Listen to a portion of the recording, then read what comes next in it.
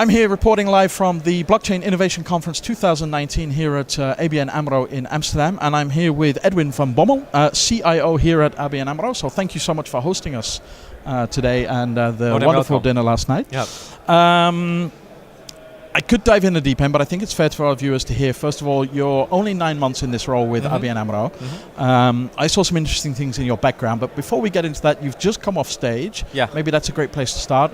What's your perspective personally, but ABN AMRO, about this whole world of blockchain innovation? Oh, actually, we're very positive about the whole world of blockchain, as you call it. We already have a history which started way before I actually joined the bank. And what I like now is that we now first get the first platforms actually in production. And that's for me a big milestone, and which I also learned from my previous careers is as soon as you're in production and you start to show impact, that's typically the basis actually for takeoff. And that's something I think we've seen throughout the whole blockchain, crypto, distributed ledger world is we can do as many pilots as we like, but the proof is when it's actually running and doing what we hoped or what we find out, because sometimes those are different, but can also be positive. I was actually scrolling through your social media, and you're not so active at the moment, and I can understand why, but I noticed something in your background, and that was a lot of interest in AI. And I think that's something that I've seen over the last couple of years, blockchain and AI coming closer and closer together, obviously two totally different sets of technologies. What's your or ABN's perspective on those combination? Well, actually, I think it's not completely there yet. So I was the CEO of Amelia, which is an AI platform, before I joined here at ABN AMRO. And honestly, working in AI, I was never really working with blockchain, we did not have any projects related to blockchain at all. So when I came here, I had to refresh myself on blockchain, and then I noticed indeed, well, there's not yet a lot of connection, where if you look at AI, which needs a lot of data, right, and blockchain, where actually you can interchange data quite easily, there should be a match. The difficult thing obviously is with blockchain is that it's quite decentralized, right? It's the meaning of it, where that's kind of the point. You need tons and tons of data centralized for AI to make it work. So you can bridge that gap by giving people more control and consent, for instance, that their data is part of more centralized data, so the AI can do analysis. But I think actually bringing that together might take some time. From a use case perspective, it will be fantastic, right? So because you could do all kinds of balances and checks and everything else if you have the AI, or very practical things, right? So for instance, when you look at trade and commodity finance, there's a lot of paperwork, and not everyone will be top-notch automated. So you could use AI, for instance, for document interpretation and these type of things to give people faster access to a blockchain network, for instance. Yeah, and that really does fit the ethos of blockchain, is making things more effective, certainly more efficient. Absolutely. And then you think back to relying on humans to do that work, that kind of doesn't make sense. So for me, it's fascinating how these two standalone technologies actually could really support each other, and perhaps more AI supporting blockchain than the other way around. But no, I think so too. But what you see and what they both have in common, they both have been overhyped. So also AI has been quite overhyped, and I think both are now settling on what actually works and doesn't work. And I think that's the right moment actually to start thinking about the next step. And of course, we can think about the Gartner hype cycle. I think most of our viewers will be familiar with that. If not, just go Google it. It's easy enough.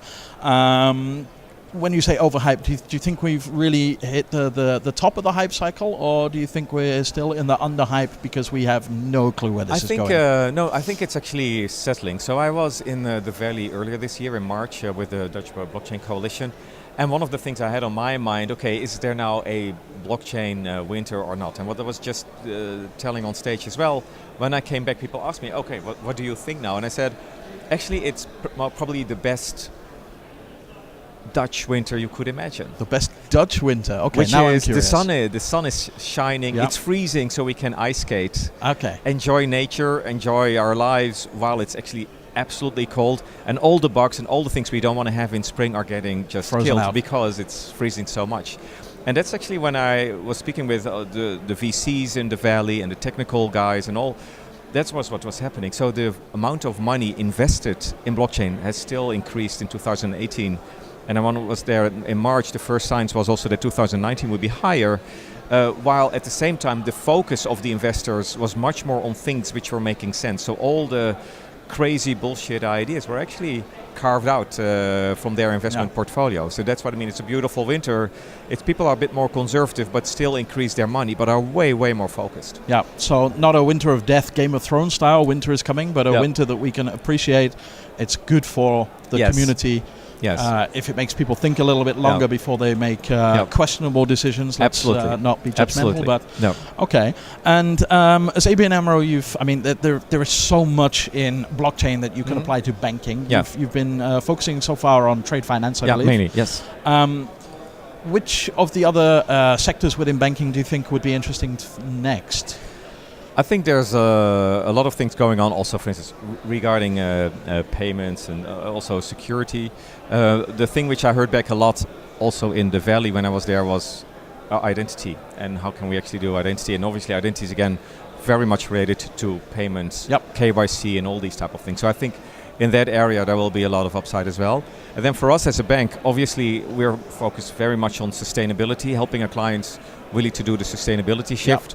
So we're actually focused a lot as well on how can we push and accelerate the sustainability shift, and my expectation is that we will see some applications for the blockchain in that area as well. Yep, I mean, I know ABN AMRO a little longer, and I know that you've had a really positive perspective on taking on new clients, for example, with financing, and not cutting out those who are unsustainable, but saying we're happy to work with you, but you've got to have a plan to become sustainable and continuously more sustainable, particularly around green energy, for example. So I totally get your perspective there on sustainability. Of course, there's been a lot of talk in the world lately that Bitcoin particularly, but crypto generally is consuming massive amounts of energy.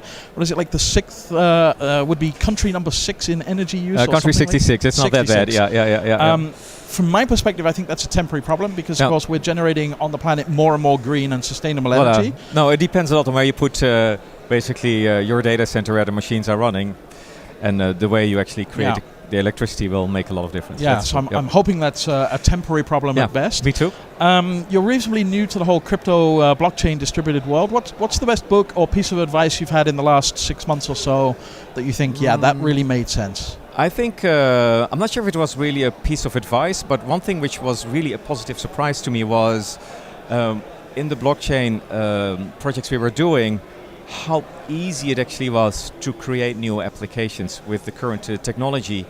And for me it was not so much the technology itself, but it's also the type of technical people which are working with the technology who are very open-minded and very focused on collaboration. Yeah. That was for me actually the eye-opener, that this whole community is just set to work together. And if you do that in an ecosystem, even between competitors, that it goes extremely well. That was for me the biggest learning actually, and it was a very positive and good surprise. Yep, and of course we're here at the Blockchain Innovation Conference at ABN AMRO, but I know your colleagues / competitors are also in the scene, and you opened doors up to them and said, hey, this is not a closed shop, come on down, tell your use cases. So thank you so much for being part of that ecosystem, because it really is essential. I'm Nick Stevens here at the Blockchain Innovation Conference 2019 in ABN AMRO in Amsterdam. Just talking to Edwin van Bommel, CIO, reasonably new and straight in the deep end. Thank you so much for listening. Edwin, thank you so much thank you for the interview. Great. Thank you. Bye-bye.